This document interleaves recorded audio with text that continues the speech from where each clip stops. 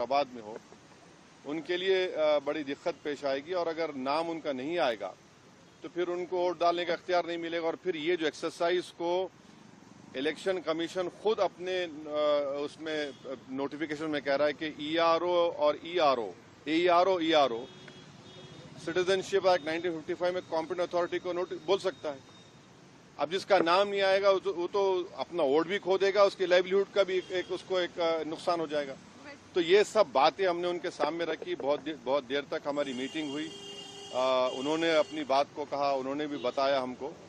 अब ये हमारी आज की मीटिंग की ये वो माने मोटा मोटा ये जो हुआ। एक के बाद एक पहले मैडम को। विपक्षी पार्टियां जो दूसरी है वो सुप्रीम कोर्ट पहुंच गई है इसी मुद्दे को लेकर। कह रही कि एफआईआर जो है वो कहीं न कहीं इस वजह से भी किया जा रहा है ताकि बीजेपी को फायदा हो सके। वहाँ नोटिस इशू किया 10 तारीख के लिए। अब हमारी पार्टी में भी हम बैठ के बात करेंगे और इस पर क्या फैसला लेंगे।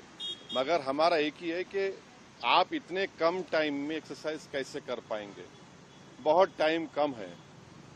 एसआईआर भाई जो लोग जो अपना एड्रेस चेंज कर लिए उनको क्यों आप पूछ रहे हैं बर्थ सर्टिफिकेट? माइग्रेशन होता है, अब क्या करेंगे वो लोग?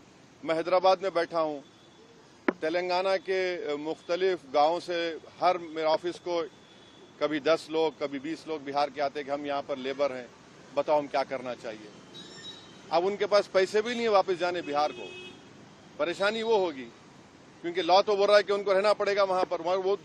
वो गए इसलिए कि बिहार में कुछ है ही नहीं, कोई सरकार ने उनका रोजगार का इंतजाम किया ही नहीं, तो मजबूरी उनकी है, बाहर बैठे हैं। तो ये सब प्रॉब्लम्स हमने ईसीआई के सामने रख के हमने कहा इसका तो आप सोल्यूशन निकालिए।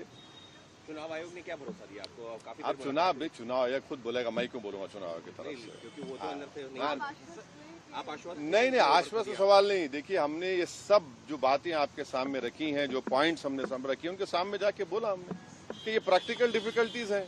कैसा आप एक महीने के अंदर कैसा करेंगे? तो उन्होंने कहा कि नहीं हम लोग बीएलओस को रखे हैं, वॉलंटियर्स को रखे हैं।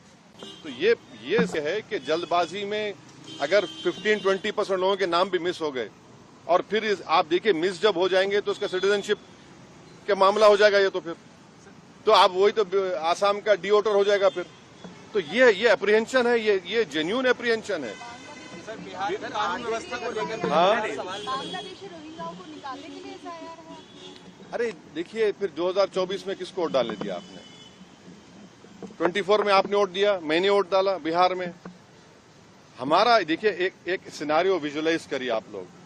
अगर कोई लोकसभा के चुनाव में 20,000 वोट से हार गया कोई, और अब एसआईआर के बाद उसी के पार्लियामेंट सांसद में 20,000 कम हो गए, तो फिर वो क्या करेगा बेचारा? उसको राइट मिलना चाहिए। राइट तो रिकॉल तो हमारे पास नहीं है। तो इसीलिए हम कह रहे हैं हम एसआईआर के खिलाफ नहीं, आप टाइम दीजिए ना। विपक्ष कह रहा